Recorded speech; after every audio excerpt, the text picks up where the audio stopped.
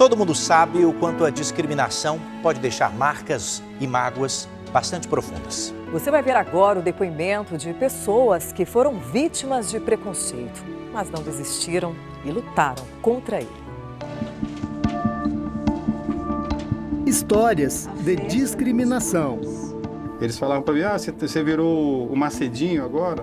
Agora você vai lá dar o dízimo também. E a gente passava a ser perseguido por estar indo na igreja. Eu queria entender o poder desse homem sobre essa gente. Parece roteiro de filme. Mas também ele só alcança o Zé Povinho mesmo. Gente que não tem personalidade, das classes mais baixas. Esse comentário parecia direcionado a pessoas como Rinaldo Lourenço e a mulher Lilian. Era muito difícil. Eles conheceram de perto a miséria e a violência. Eu era uma pessoa muito agressiva. Chegava drogado. A vida destruída mesmo. A trajetória de Rinaldo no crime começou muito cedo. Roubava. Com 8 anos de idade eu já comecei a roubar. Foram várias internações na antiga FEBEM. Tempos depois, Lilian e Rinaldo se uniram e continuaram envolvidos com drogas. A mãe de Rinaldo, Dona Isailda, começou a frequentar uma igreja evangélica, a Universal.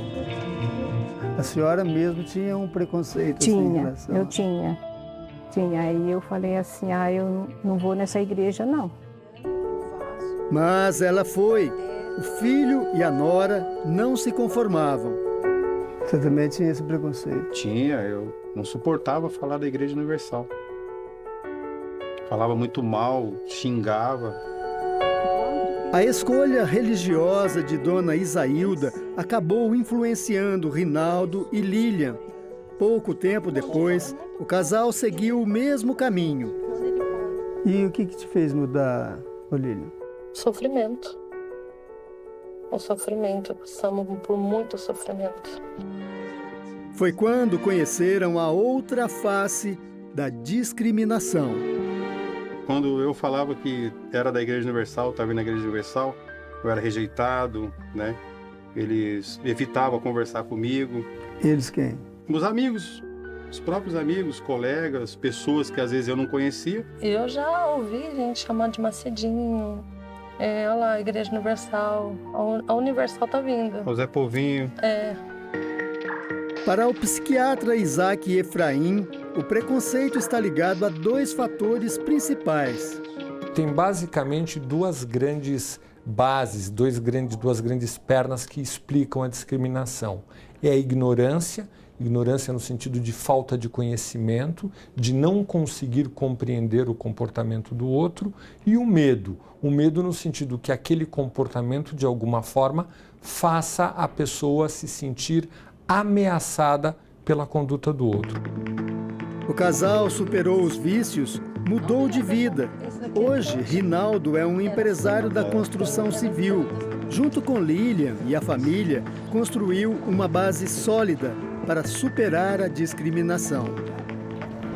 Desde o início, o preconceito e a discriminação acompanham os fiéis da Igreja Universal, assim como acompanharam durante muito tempo o bispo Edir Macedo. Uma história que é contada no filme Nada a Perder 2, continuação do longa-metragem mais visto na história do cinema nacional. Foram mais de 12 milhões de espectadores. Agora, em Nada a Perder 2, o público vai ver a continuação da cinebiografia de Edir Macedo e conhecer a trajetória dele desde a prisão na década de 90 até a inauguração do Templo de Salomão, em São Paulo, em 2014.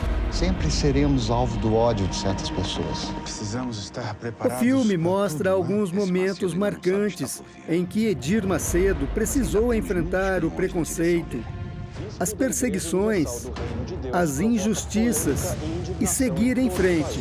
Eu estou sendo massacrado. É um processo novo a cada dia. Tudo nós temos suportado. todas as injustiças, as infâmias, as perseguições.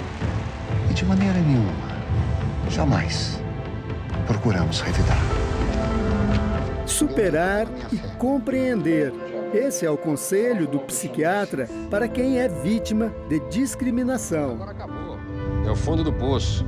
É ruim, né? Porque ela já sofreu bastante, mas ela deve ser compreensiva, né? Ela deve tentar entender que o outro não tinha a capacidade de entendê-lo, que não tinha como compreender os seus sentimentos, o seu conhecimento, a sua grandeza, e é um limite que a outra pessoa tem. Então ela deve perdoá-los. Preso, bispo. Muitos acharam. Na superprodução Nada a Perder 2, mais de 60 atores e 6.000 figurantes ajudam a contar a história de fé de Edir Macedo. As filmagens também foram feitas na África do Sul e em Israel para mostrar a peregrinação do bispo.